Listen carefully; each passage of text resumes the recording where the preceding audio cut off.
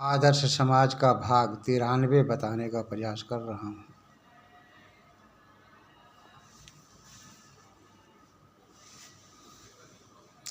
इस संसार में केवल अमर रहता है तो यश रहता है।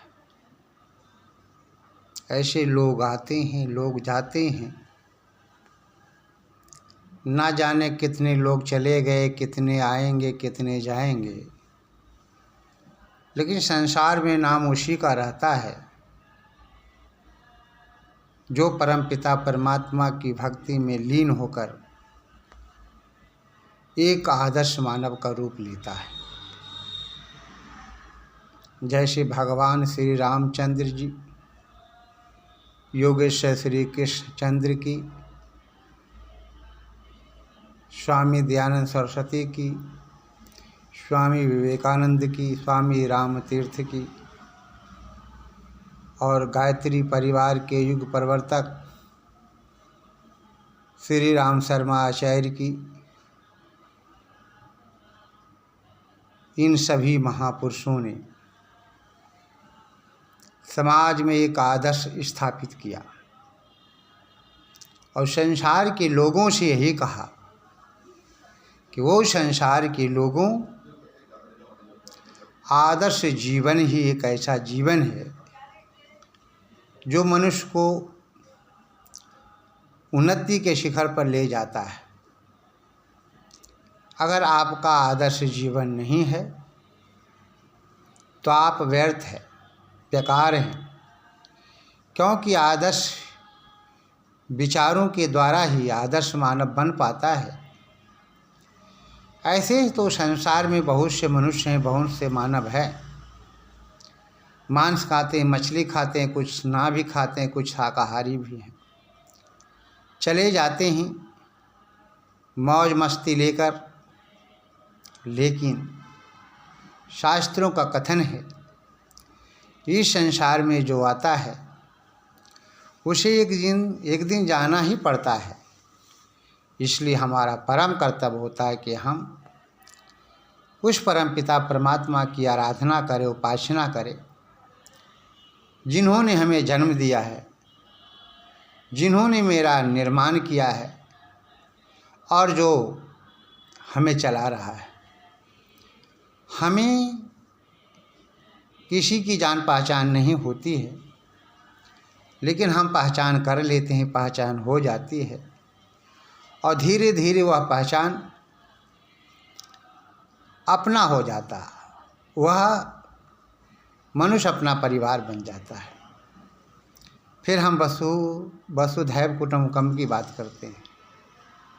वास्तव में इसी प्रकार से मनुष्य के जो आदर्श विचार होते हैं वो मनुष्य को जोड़ता है, तोड़ता नहीं है, मनुष्य को आगे बढ़ाता है।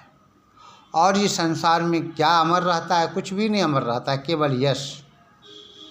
इंसान की खुशबू, किसी कवि ने लिखा है, इंसान की खुशबू रहती है, इंसान बदलते रहते हैं, दरबार लगा रहता है यहाँ, दरबान बदलते रहते हैं। जो हिम्मत वाले मांझी हैं तूफ़ानों से टकराते हैं, इन तूफ़ानों का क्या कहना, तूफ़ान बदलते रहते हैं। कहने का मेरा मतलब है कि संसार में कुछ भी अमर नहीं रहता है। ये अपना जो शरीर है ये भी अपना नहीं है, समय आने पर ये भी नष्ट हो जाता है, परिवर्तन इसमें भी होता रहता है। हम बचपन में थे, बचपन का शरीर बहुत सुंदर था, गोल मटोल था, जवान हुए, किशोरावस्था हुए, जवान हुए, फिर धीरे धीरे मनुष्य इसी प्रकार से बुढ़ापे की ओर जाता है और बुढ़ापे के बाद अंतिम स्टेज है वह मृत्यु है, मौत है। इसलिए कहा गया कि जन्म से लेकर मृत्यु पर्यंत मनुष्य को अपने जीवन में जहाँ तक कोशिश हो किसी प्रकार का दुष्कर्म काम नहीं करना चाहिए, क्योंकि मनुष्य का जीवन अत्यंत पवित्र है, पुनीत है। इस संसार में मनुष्य खुशबू बिखेरने के लिए आया है। फूलों को काम है, फूलों का काम है खुशबू बिखेरना। और बिखेर करके चले जाते हैं। स्वयं भले नष्ट हो जाते हैं, फूल स्वयं नष्ट हो जाते हैं, लेकिन जब तक उसमें सुगंध रहता है वो सुगंध बिखेरता है, अंत में वो भी नष्ट हो जाते हैं। इसी प्रकार से मनुष्य जब तक जिंदा है इस संसार में, तब तक अपने वाणियों से, अपने वचनों से, अपने व्यवहारों से, अपने आदर्श विचारों से उससे खुशबू बिखरना चाहिए। कैसा खुशबू? ज्ञान रूपी खुशबू, विचार रूपी खुशबू। जब इस प्रकार की भावनाएं जब आप रखेंगे और जब खुशबू बिखरेंगे तो आने वाली जो पीढ़ी है आपको याद करेगी और फिर आपके पद चिन्हों पे चलेगी, आपके रास्ते पे चलेगी, आपकी राहें पे चलेगी और कहेगी कि वाह, कोई व्यक्ति संसार में आया था। जिस प्रकार से कोई स्वामी दयानंद का नाम ले रहा है, विवेकानंद का नाम ले रहा है, आदि शंकराचार्य का नाम ले रहा है, इन सब ने धर्म की रक्षा के लिए अपने को समर्पित कर दिया, समाज के हितार्थ, राष्ट्र के हितार्थ, विश्व के कल्याण के लिए। हमारा भी इसी प्रकार का व्यवहार होना चाहिए और इस प्रकार का व्यवहार नहीं है तो हमारा जीवन व्यर्थ है, बेकार है। हम इस संसार में बेकार आए हैं, व्यर्थ आए हैं।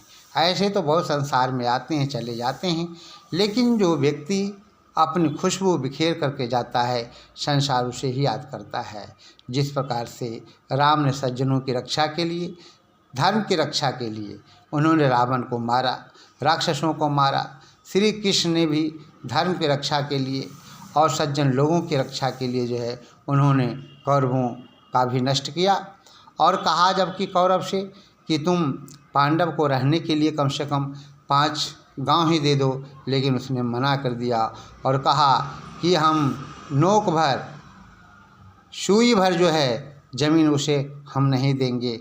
तो कहने का मेरा मतलब है, जहाँ जब अन्याय ज़्यादा बढ़ जाता है तो कोई न कोई रास्ता निकलता है और अंत में रास्ता ये होता है कि दुष्टों का नाश होता है और अच्छे लोगों की विजय होती है।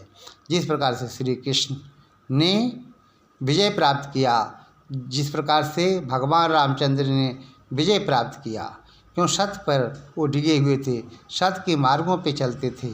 और वास्तव में जो व्यक्ति सत्य के मार्गों पे चलता है उसका जीवन महान बन जाता है। और ये महान कैसे आप बनेंगे? आदर्श विचारों के द्वारा।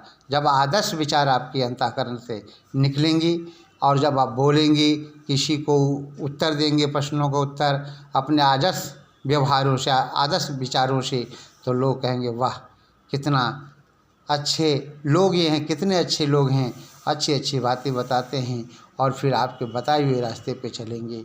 लेकिन जहाँ आपसे गलतियाँ हो जाएंगी, समाज यदि देखेगा तो भी धिक्कारेगा। इसलिए जो महापुरुष होते हैं उस पर लांछन तो लगते हैं, कुछ दुष्ट लोग लगा देते हैं, लेकिन अपने विचारों से अलग नहीं होना चाहिए। सत्य का विचार होना चाहिए, वेदानुकूल विचार होना चाहिए, आदर्शानुकूल विचार होना चाहिए। जब आप आदर्श विचार आपके अंतःकरण से निकलेंगे और आदर्श विचारों के द्वारा ही आप जानते हैं समाज का निर्माण होगा, राष्ट्र का निर्माण होगा, विश्व का कल्याण होगा। इसलिए आदर्श समाज के सिद्धांतों से जुड़ने का प्रयास करें। इति वो।